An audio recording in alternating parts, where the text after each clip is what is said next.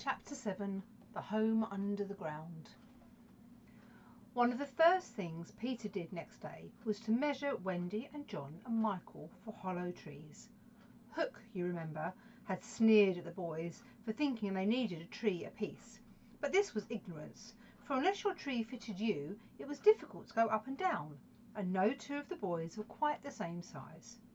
Once you fitted, you drew in your breath at the top, and down you went at exactly the right speed, while to ascend you drew in and let out alternately, and so wriggled up. Of course, when you have mastered them, you are able to do these things without thinking of them, and then nothing can be more graceful. But you simply must fit, and Peter measures you for your tree as carefully as a suit of clothes. The only difference being that the clothes are made to fit you, while you have to be made to fit the tree. Usually it is done quite easily, as by your wearing too many garments or too few.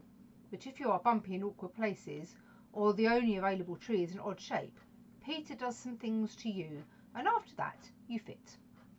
Once you fit, great care must be taken to go on fitting, and this, as Wendy was to discover to her delight, keeps the whole family in perfect condition.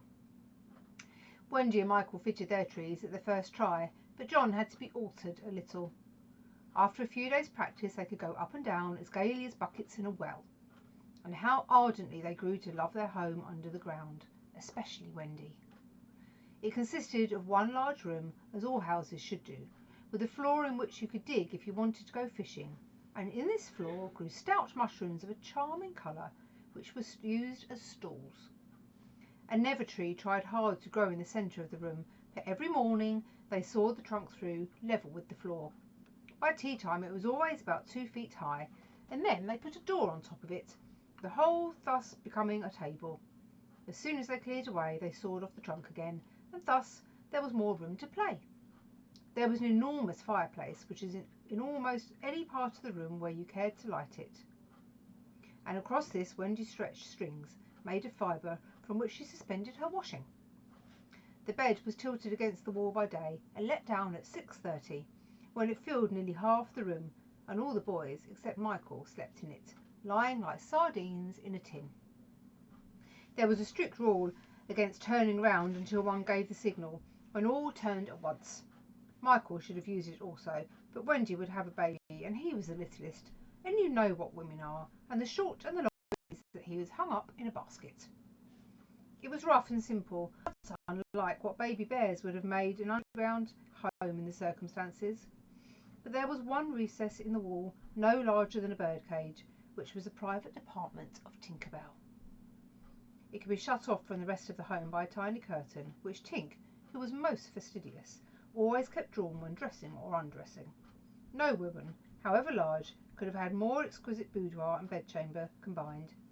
The couch, as she always called it, was a genuine Queen Mab, with club legs, and she varied the bedspreads according to what fruit blossom was in season. Her mirror was in a Puss in Boots, of which there are now only 3 shipped known to the fairy dealers. The washstand was pie crust and reversible, the chest of drawers an authentic Charming VI, and the carpets and rugs of the best, the early period of Marjorie and Robin. There was a chandelier from Tiddlywinks for the looks of things, but of course she lit the residence herself. Tink was very contemptuous of the rest of the house, as indeed was perhaps inevitable, and her chamber, though beautiful, looked rather conceited, having the appearance of a nose permanently turned up. I suppose it was all specially entrancing to Wendy, because those rampageous boys of hers gave her as much to do. Really, there were whole weeks when, except perhaps while with stocking in the evening, she was never above ground. The cooking, I can tell you, kept her nose to the pot. Their chief food was roasted breadfruit, yams, coconuts, baked pig, mummy apples, tappy rolls and bananas, washed down with calabashes of cocoa. But you never exactly knew where there would be a real meal, just make believe, and it all depended upon Peter's whim. He could eat, really eat, if it was part of a game, but he could not stodge just to feel stodgy, which is what most children like better than anything else. The next best thing to talk about. Make-believe was so real to him that during a meal of it you could see him getting rounder. Of course it was trying, but you simply had to follow his lead, and you could prove to him that you were getting loose for your tree he let you stodge. Wendy's favourite time for sewing and darning was after they had all gone to bed. Then, as she expressed it, she had a breathing time for herself, and she occupied it in making new things for them and putting double pieces on the knees, for they were almost frightfully hard on their knees. When she sat down to a basket of things, every heel with a hole in it, she'd fling up her arms and exclaim, "Oh dear, I am sure I sometimes think spinsters are to be envied." Her face beamed when she exclaimed this. You remember about her pet wolf? Well, it very soon discovered that she had come to the island, and it found her out, and they just ran into each other's arms. After that it followed her about everywhere. As time wore on, did she think much about the beloved parents she had left behind? This is a difficult question, because it is quite impossible to say how time does wear in Neverland, where it is calculated by moons and suns, and there are ever so many more of them than on the mainland. But I'm afraid that Wendy did not really worry about her father and mother. She was absolutely confident they would always keep the window open for her to fly back by, and this gave her complete ease of mind. What did disturb her at times was that John remembered his parents vaguely only, as people he had once known, while Michael was quite willing to believe that she was really his mother. These things scared her a little, and nobly anxious to do her duty, she tried to fix old life in their minds by setting them examination papers on it, as like as possible to the ones she used at school. The other boys thought this awfully interesting and insisted on joining, and they made slates for themselves and sat round the table writing and thinking hard about the questions she had written on another slate round.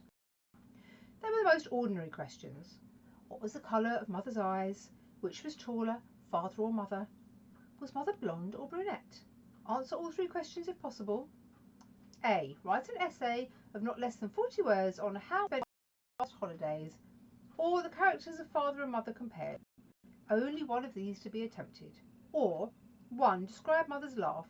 2. Describe Father's laugh. 3. Describe Mother's party dress. 4. Describe the kennel and its inmate. They were just everyday questions like these, and when you could not answer them you were told to make a cross, and it was really dreadful what a number of crosses even John made. Of course, the only boy who replied to every question was Slightly, and no one could have been more hopeful of coming out first, but his answers were perfectly ridiculous, and he really came out last, a melancholy thing. Peter did not compete. For one thing, he despised all mothers except Wendy, and for another, he was the only boy on the island who could neither write nor spell, not the smallest word. He was above all that sort of thing. By the way, the questions were all written in the past tense. What was the colour of Mother's eyes, and so on. Wendy, you see, had been forgetting too. Adventures, of course, as we shall see, were of daily occurrence, but about this time Peter invented, with Wendy's help, a new game that fascinated him enormously, until he suddenly had no more interest in it, which, as you have been told, was what always happened with his games.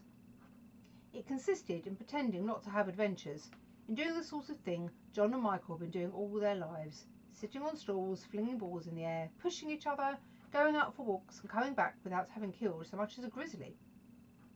To see Peter doing nothing on a stool was a great sight. He could not help looking solemn at such times. To sit still seemed to him such a comic thing to do. He boasted that he had gone for a walk for the good of his health. For several suns these were the most novel of all adventures to him, and John and Michael had to pretend to be delighted also, otherwise he would have treated them severely. He often went out alone, and when he came back you were never absolutely certain whether he had had an adventure or not.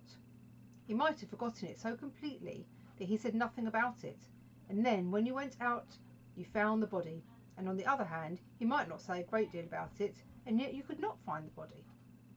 Sometimes he came home with his head bandaged, and then Wendy cooed over him and bathed it in lukewarm water while he told her a dazzling tale. But she was never quite sure, you know. There were, however, many adventures which she knew to be true because she was in them herself. And there were still more that were at least partly true, for the boys were in them and said they were wholly true. To describe them all would require a book as large as an English-Latin, Latin-English dictionary. and the most we can do is give one specimen of an average hour on the island. The difficulty is which one to choose. Should we take the brush of the redskins at Slightly Gulch?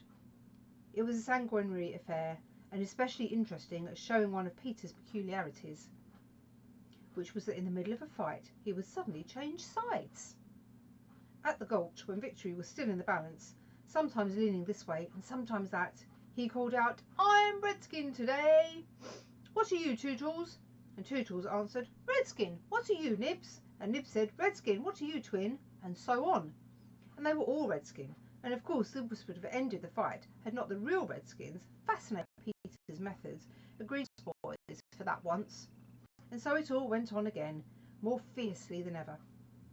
The extraordinary upshot of this adventure was, but we have not decided yet this is the adventure we are to narrate. Perhaps a better one would be the night of the attack of the Redskins on the house under the ground, when several of them stuck in the hollow trees and had to be pulled out like corks. Or we might tell how Peter saved Tiger Lily's life in the Mermaid's Lagoon and so made her his ally. Or we could tell of that cake the pirates cooked so the boys might eat it and perish, and how they placed it in one cunning spot after another, but always Wendy snatched it from the hands of her children, so that in time it lost its succulence and became as hard as stone, and was used as a missile and Hook fell over it in the dark. Or suppose we tell of the birds that were Peter's friends, particularly of the Never bird that built in a tree overhanging the lagoon, and how the nest fell into the water, and still the bird sat on her eggs, and Peter gave orders that she was not to be disturbed. That is a pretty story, and the end shows how grateful a bird can be. But if we tell it, we must also tell the whole adventure of the lagoon, which would of course be telling two adventures rather than just one. A shorter adventure, and quite as exciting, was Tinker Bell's attempt, with the help of some street fairies, to have the sleeping Wendy conveyed on a great floating leaf to the mainland. Fortunately, the leaf gave way and Wendy woke, thinking it was bath time, and swam back again. Or again we might choose Peter's defiance of the lions when he drew a circle round him on the ground with an arrow and defied them to cross it. And though he waited for hours, with the other boys and Wendy looking on breathlessly from trees, not one of them dared to accept his challenge. Which of these adventures shall we choose? The best way will be to toss for it. I have tossed, and the lagoon has won. This almost makes one wish that the Gulch or the cake or Tink's leaves had won. Of course I could do it again and make it best out of 3. However, perhaps fairest to stick to the lagoon.